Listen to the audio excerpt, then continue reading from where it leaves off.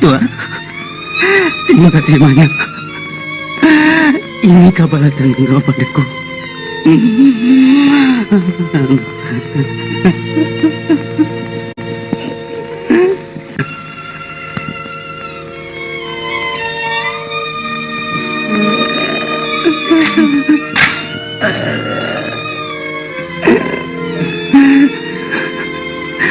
Sampai juga hatimu membunuh aku, Tuan.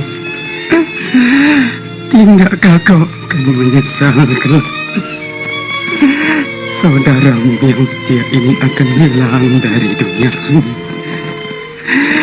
Di satu masa nanti, jasaku akan kau kenang, Tuan. Sekiranya kita bercerita tentang pahlawan di tanah Melayu, maka nama yang paling kerap timbul adalah nama Hang Tuah. Watak Hang Tuah ini telah banyak dilakonkan di filem-filem dan dilakonkan oleh pelbagai pelakon, antaranya ialah P. Ramlee, M. Nasir dan juga Datuk Jalaluddin Hassan. Terdapat pelbagai versi penceritaan berkaitan Hang Tuah ini, tetapi antara peristiwa yang paling popular yang diketahui oleh umum adalah berkaitan pergaduhan antara Hang Tuah dan juga Hang Jebat.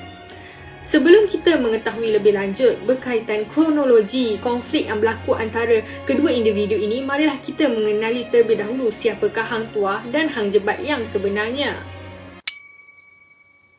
Siapakah Hang Tuah? Hang Tuah merupakan seorang pahlawan yang tinggal di Melaka pada abad ke-15 sewaktu pemerintahan Sultan Mansur Shah. Nama sebenar beliau adalah Daim Mempawah ataupun Daim Merupawah.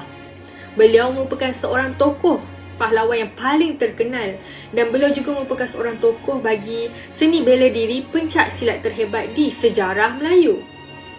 Hang Tuah dilahirkan pada tahun 1444 di kampung Sungai Duyung yang terletak di sebuah pulau perairan Riau. Beliau merupakan anak kepada Hang Mahmud dan juga Dang Meduwati. Pada suatu hari, sewaktu Hang Mahmud sedang tidur, Hang Mahmud termimpi bahawa bulan telah jatuh daripada langit lalu menyinari kepala anaknya iaitu Hang Tuah.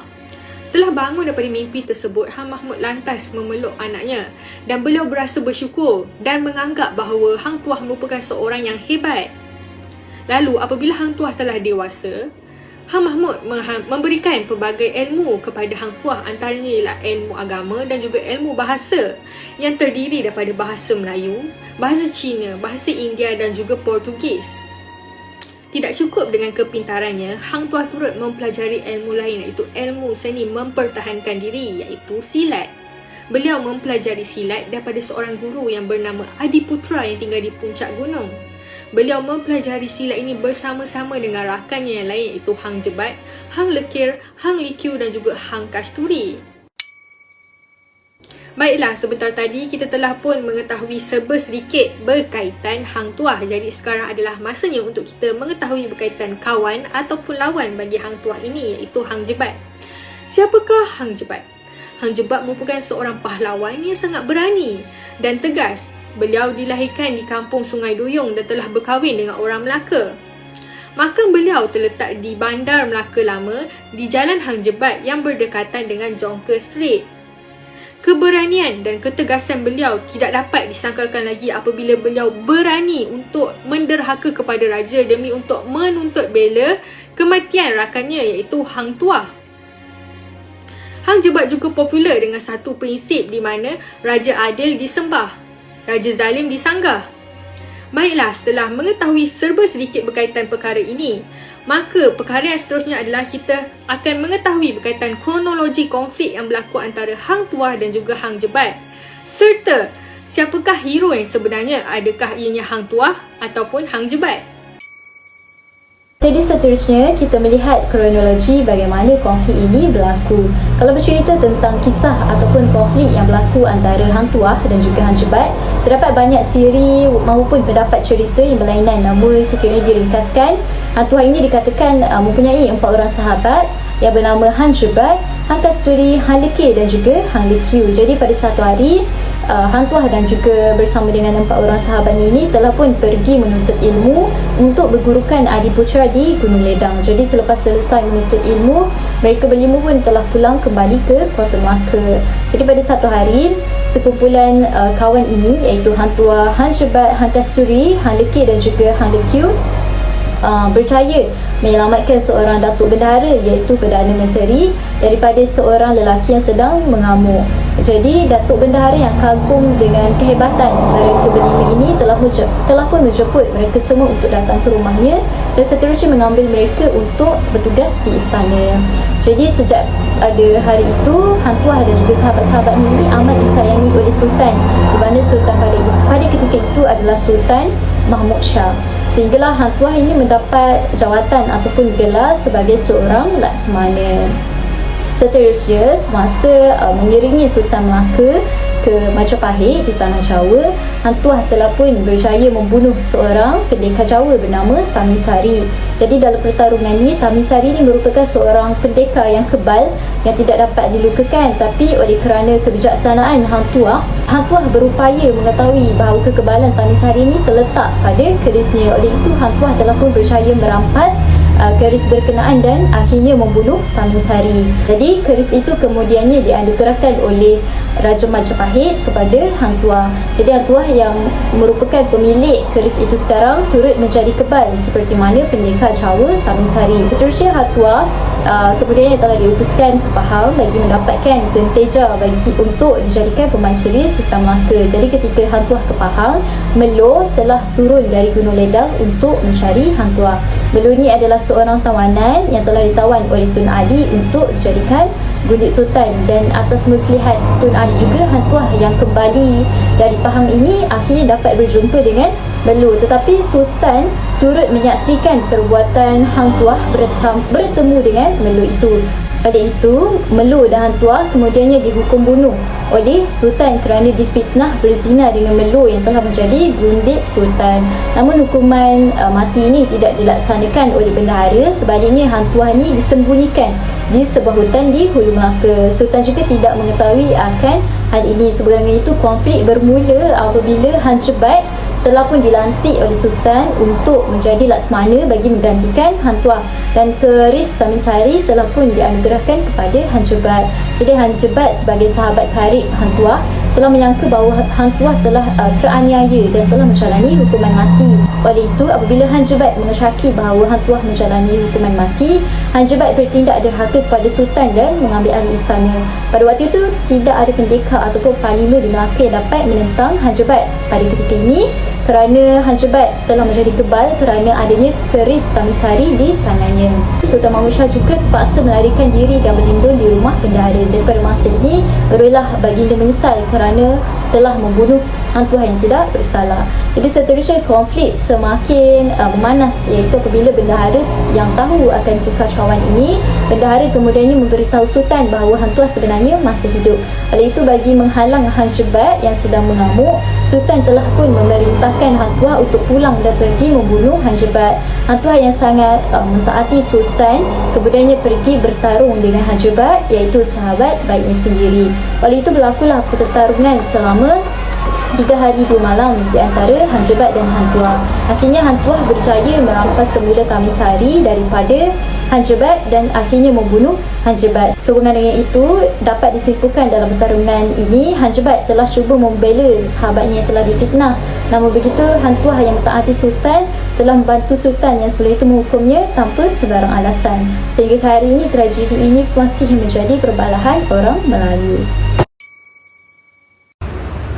Sehingga hari ini, perdebatan siapa hero antara Hang Tuah atau Hang Jebat masih lagi tidak selesai. Siapakah yang benar? Pada pendapat saya, Hang Tuah adalah hero yang digambarkan begitu gagah, berani, setia, bijak dan amat patuh kepada pemerintah. Ketaat-setiaan yang ditonjolkan oleh Hang Tuah begitu absolut atau mutlak sifatnya. Hang Tuah sanggup berkorban apa sahaja termasuk nyawanya sendiri sebagai pertaruhan seandainya diperlukan oleh raja dan negara.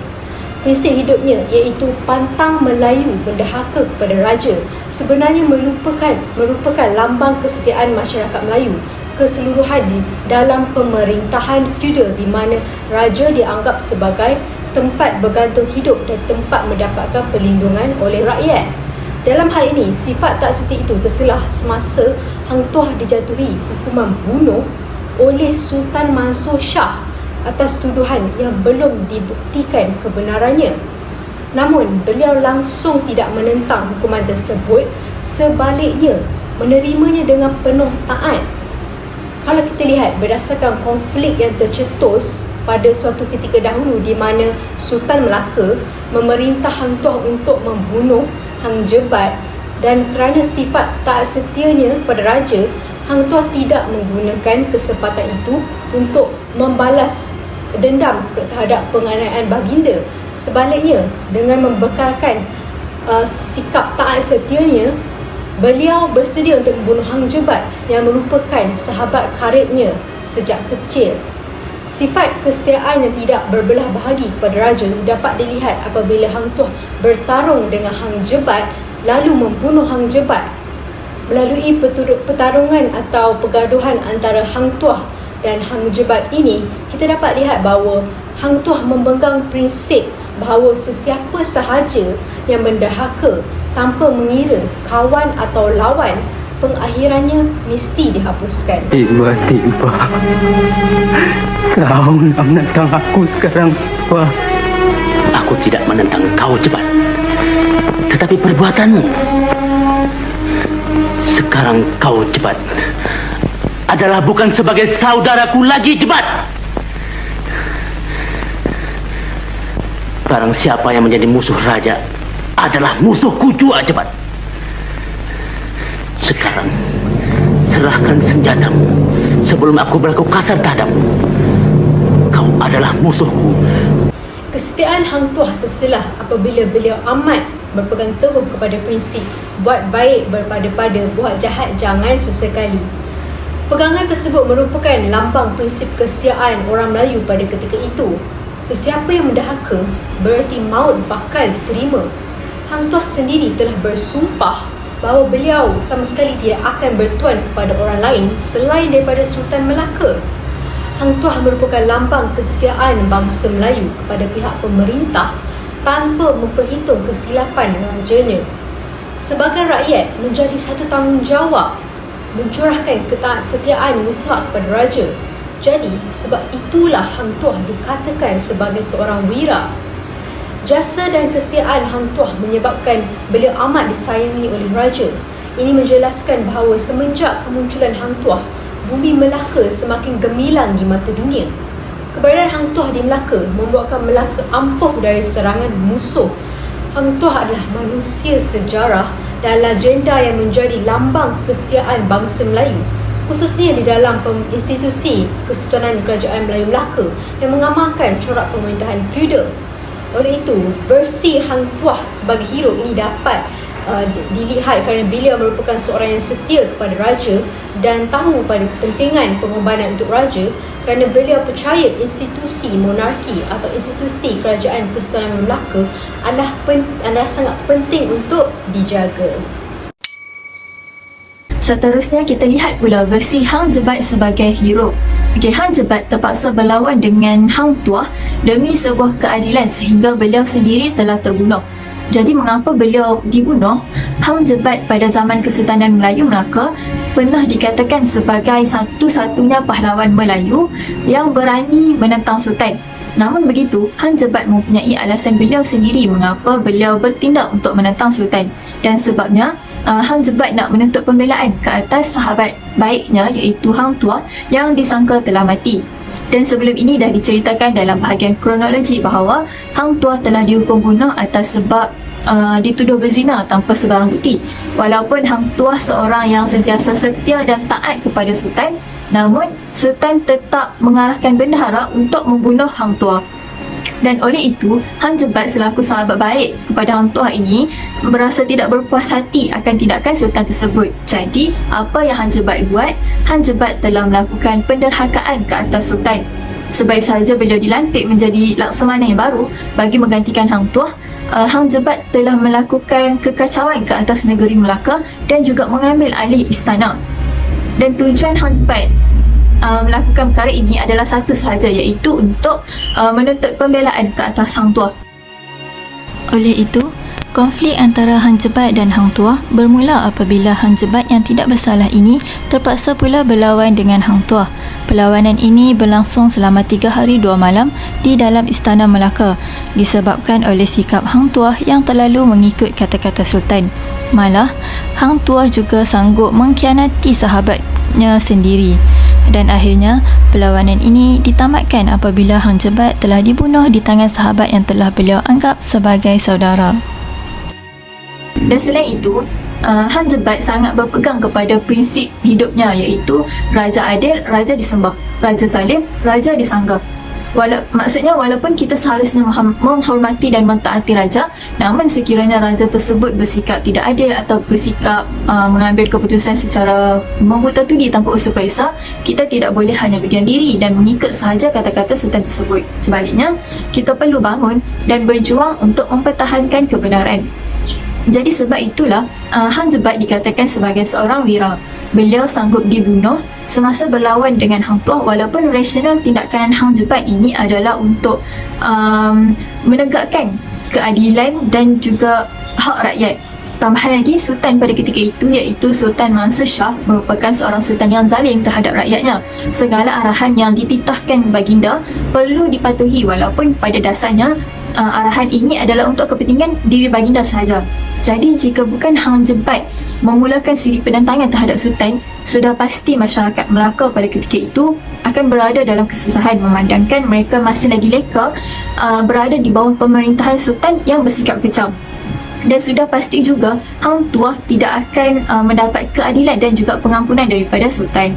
Secara tidak langsung, tindakan Hang Jebat ini telah mengajar orang untuk sentiasa berfikir sebelum mengambil sesuatu tindakan, dan juga seharusnya lebih peka sekiranya mereka telah ditindas. Jadi versi Hang Jebat sebagai hero dapat dilihat apabila beliau merupakan seorang yang tegas, berani dan bersedia untuk melawan sesiapa sahaja demi prinsip hidupnya dan juga semangat setiakawan dan kasih yang tinggi terhadap sahabatnya, walaupun pada akhirnya beliau telah dikhianati oleh sahabat baiknya sendiri. Dalam hikayat Hang Tuah, pengarang banyak menyelitkan nilai ketaatan kepada raja.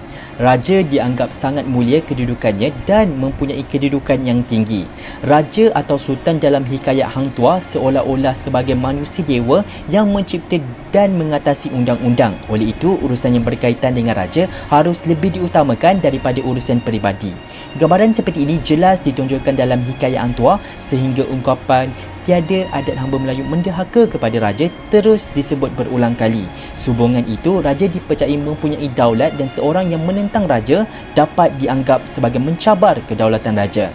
Ketaatan Hang Tuah kepada rajanya tiada berbelah bagi. Dalam hikayat Hang Tuah, Tuah digambarkan sebagai tokoh yang setia menjalankan segala perintah rajanya, walaupun kadang-kala tugas yang diberikan itu tidak sejajar dengan kedudukannya sebagai pahlawan negara.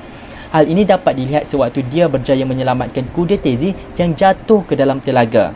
Hang Tuah juga dapat mengambil buah nyior gading yang diidamkan oleh Raden Emas Ayu dan sanggup pula dikuburkan hidup-hidup semata-mata kerana raja Melaka ingin mendapatkan berita dari kubur. Selain itu, nilai ketaatan Hang Tuah terhadap raja menyebabkan Hang Tuah sanggup menerima hukuman bunuh daripada rajanya.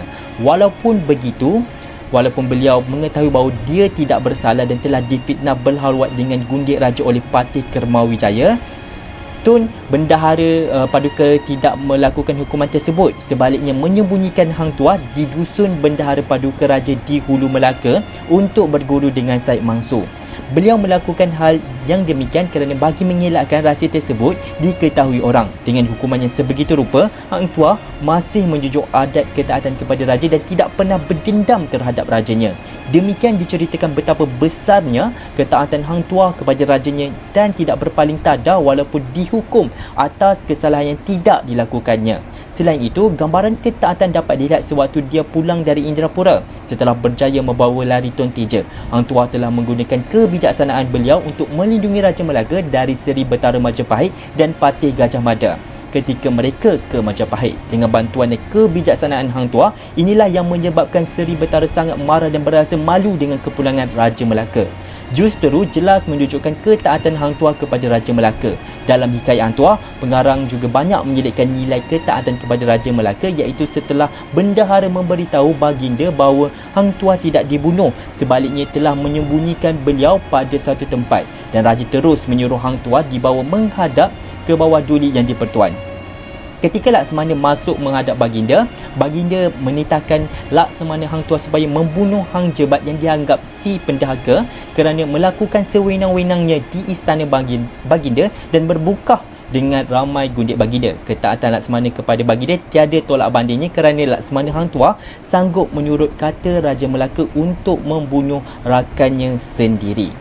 Jadi untuk pengajaran yang pertama, pengajaran yang terdapat dalam watak Hang Jebat ialah kita mestilah berani menentang kekejaman atau ketidakadilan yang berlaku di depan mata kita. Hang Jebat merupakan seorang pahlawan yang gagah dan berani. Keberaniannya tidak kurang daripada Hang Tuah, bahkan sifatnya lebih radikal berbanding Hang Tuah. Keberanian Hang Jebat dapat dilihat apabila dia sanggup mendahaka kepada Sultan demi menegakkan ketidakadilan yang telah berlaku ke atas sahabatnya, iaitu Hang Tuah. Sultan dikatakan tidak adil kerana telah menjatuhkan hukuman kepada Hang Tuah yang difitnah tanpa usul periksa. Ketidakadilan Sultan menyebabkan Hang Jebat menuntut bela atas kematian Hang Tuah. Banyak perbuatan pendeharkaan kepada Sultan yang telah dilakukan oleh Hang Jebat untuk membela Hang Tuah. Pendeharkaan yang dilakukan oleh Hang Jebat sebegitu besar sehingga Sultan Mansur Shah sangat murka. Pendeharkaan Hang Jebat bukanlah bermotifkan kuasa dan pangkat, tetapi adalah untuk mendapatkan keadilan yang sewajarnya. Hang Jebat juga berpegang kepada prinsip raja adil, raja disembah, raja zalim, raja disanggah. Prinsip ini telah menjadi kata-kata khidmat setiap kali mempertahankan perihal perjuangan untuk menuntut keadilan atau semasa hendak mempertahankan perihal kezaliman raja yang memerintah pada masa kini. Pengajaran kedua ialah janganlah kita mengkhianati sahabat kita. Hang Jebat merupakan seorang yang sangat bersifat setia kawan, dan Hang Jebat adalah pahlawan Melayu yang berani menentang raja semata-mata kerana persahabatan. Kesetiaannya kepada sahabat tiada tolak bandingnya, dan persahabatannya dengan Hang Tuah amat mengagumkan. Mereka boleh dianggap seperti saudara kandung, tetapi keakraban persahabatan mereka tidak kekal lama sehinggalah berlakunya pertarungan hidup mati di antara mereka yang membawa kepada kematian Hang Jebat. Meskipun begitu, terdapat perbezaan tentang prinsip yang mereka pertahankan, iaitu prinsip yang dipertahankan oleh Hang Tuah adalah ketaatan kepada Sultan, manakala prinsip yang dipertahankan oleh Hang Jebat ialah pertahankan nilai keadilan.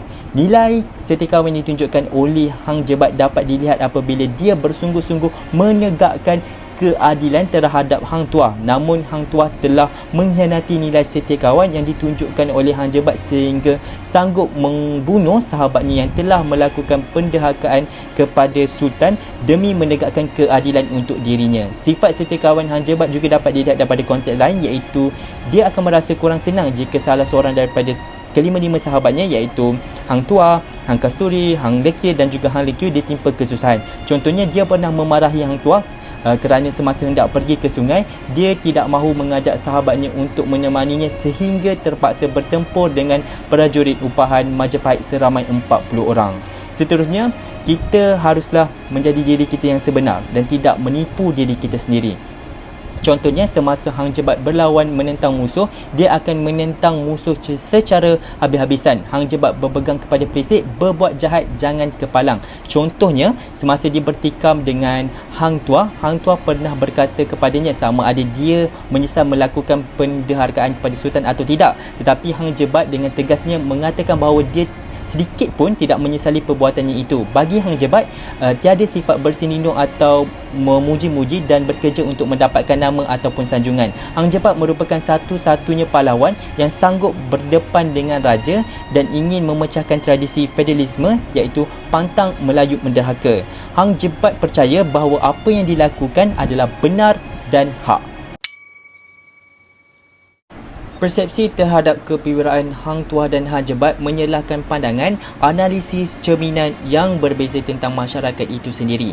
Pada tahun 1950-an dan 60-an, wira yang disanjung ialah Hang Tuah. Dekad 70-an pula mendengahkan Hang Jebat sebagai wira. Bagi masyarakat zaman feudal, mereka beranggapan bahawa Hang Tuah ialah seorang wira. Hal ini demikian kerana Hang Tuah seorang yang sangat taat dan juga sangat setia kepada raja. Walaupun Hang Tuah telah difitnah, tetapi Hang Tuah tidak mempertahankan dirinya dan sanggup dijatuhi hukuman bunuh oleh Sultan Mansur Shah. Masyarakat zaman dulu beranggapan bahawa Sultan ialah Khalifah Allah yang mempunyai kuasa dan daulat. Sekiranya mereka mengingkari perintah Sultan, mereka akan menerima tulah. Oleh hal yang demikian, mereka sangat taat dan setia kepada Sultan walaupun Sultan itu seorang Sultan yang zalim terhadap rakyatnya. Manakala bagi masyarakat zaman moden pula, mereka beranggapan bahawa Hang Jebat ialah satu-satunya pahlawan Melayu yang berani menentang Sultan. Hang Jebat dianggap wira kerana berani menentang Sultan demi menegakkan keadilan dan hak rakyat. Hal ini demikian, Sultan Mansur Shah seorang Sultan yang sangat zalim terhadap rakyatnya. Segala arahannya perlu dipatuhi walaupun pada dasarnya arahan itu hanya untuk kepentingan dirinya sahaja. Hang Jebat yang digambarkan sebagai seorang yang sangat keras hati, bertindak terburu-buru dan setia kawan itu berasa kezaliman yang berlaku terhadap Hang Tuah apabila Hang Tuah difitnah dan dihukum bunuh. Bagi masyarakat zaman moden, keadilan penting dalam sesebuah kerajaan. Seseorang pemimpin tidak boleh berlaku zalim terhadap rakyatnya dan perlu menjaga kebajikan rakyatnya. Dalam kerajaan yang demokrasi, rakyat berhak bersuara untuk mempertahankan hak rakyat. Oleh yang demikian, Hang Jebat telah dilihat sebagai wira Melayu moden kerana gagah, berani dan sedia melawan kuasa raja demi prinsip kehidupannya dan kasih sayangnya kepada seorang sahabat.